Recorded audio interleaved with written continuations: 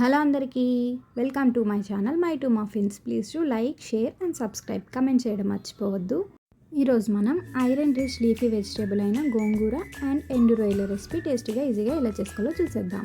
ముందుగా ఒక పెద్ద కట్ట గోంగూరని తీసుకుని దాన్ని నీట్గా వాష్ చేసుకుని ఒక బౌల్లోకి వేసుకొని చిన్న గ్లాస్ వాటర్ యాడ్ చేసి మూత పెట్టి బాగా ఉడికించాలి. ఆ ఉడికిన పేస్ట్ని అందులో ఉన్న వాటర్ని స్ట్రెయిన్ చేసుకొని సపరేట్ చేసుకోండి. ఆ వాటర్ మనకి పులుపు అడ్జస్ట్ చేసుకోవడానికి తర్వాత కూరలోకి యూజ్ అవుతుంది. ఇప్పుడు ఆ స్ట్రెయిన్ చేసుకున్న పేస్ట్ని బాగా మెదుపుకోండి. అయితే ఈ గోంగూరలో ఉన్న ఉపయోగాలు తెలుసుకుందాము. ఇందులో విటమిన్ ఏ ఉంటుంది, విటమిన్ సి ఉంటుంది. విటమిన్ ఏ కంటికి మంచిది, విటమిన్ సి స్కిన్కి మంచిది. అయితే ఇప్పుడు ఒక 2 ఆనియన్స్, 2 టమాటోస్ తీసుకొని సన్నగా అలా తరిగి పెట్టుకోండి. వాటిని ఒక బౌల్లోకి యాడ్ చేసుకొని అందులోకి ఉప్పు, పసుపు, కారం, 1 స్పూన్ ఆయిల్ వేసుకొని బాగా చేతితో మెదుపుకోండి. ఇప్పుడు అందులోకి 1.5 గ్లాస్ వాటర్ యాడ్ చేసుకోండి. పచ్చిమిర్చి యాజ్ ఇట్ ఈస్గా కట్ చేయని అవసరం లేదు, ఘాట్లు పెట్టిన అవసరం లేదు. వాటిని అలా యాడ్ చేసేసేయండి.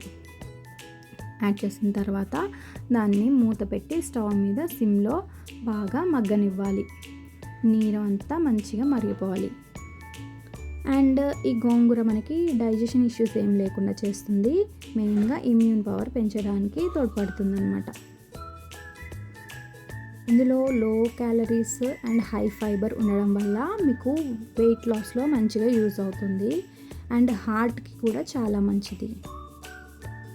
అయితే ఇప్పుడు ఆ మరిగిన మిశ్రమమును మనము పేస్ట్ని రుబ్బి పెట్టుకున్నాం కదా, ఆ 2 మిశ్రమాలు కలిపేసుకోవాలి. ఒక గుప్పెడు ఎండు రొయ్యలు తీసుకొని కడిగేసి నానబెట్టుకోండి. ఇప్పుడు ఆ కర్రీకి తాలింపు వేసుకోవాలి. చూపించిన తాలింపు దినుసులు తీసుకోండి. ఒక ప్యాన్ పెట్టుకొని అందులోకి 2 to 3 table spoons of oil వేసుకోండి. ఆయిల్ వేడెక్కాక ముందు ఎండు రొయ్యలు ఫ్రై చేసుకోండి, ఫ్లేవర్ బాగుంటుంది. ఆ తర్వాత తాలింపు దినుసులన్నీ వేసుకొని మంచిగా ఫ్రై చేసుకోండి. ఇలా ఫ్రై అయిన దాంట్లో మనము కలిపి పెట్టుకున్న మిశ్రమం మొత్తం వేసేసి ఒక 2 నిమిషాలు మగ్గనిస్తే మన గోంగూర ఎండు రొయ్యల కూర రెడీ.